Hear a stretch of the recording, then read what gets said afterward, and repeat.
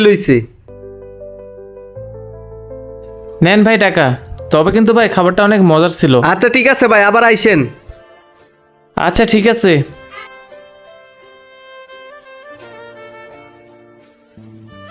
এই যে ভাই, এদিকে আসেন। ভাই তোমার সার্ভিসটা কিন্তু অনেক ভালো ছিল। এই যে নাও তোমার বকশিস। আচ্ছা ভাই, মাঝে মধ্যে আইসেন। আরে রিয়াজ কাস্টমারের সাথে কি কথা বলে? তাই তো কই, কাস্টমারের বিল 60 টাকা হয় আর রিয়াজ রে 100 টাকা টিপস দেয়।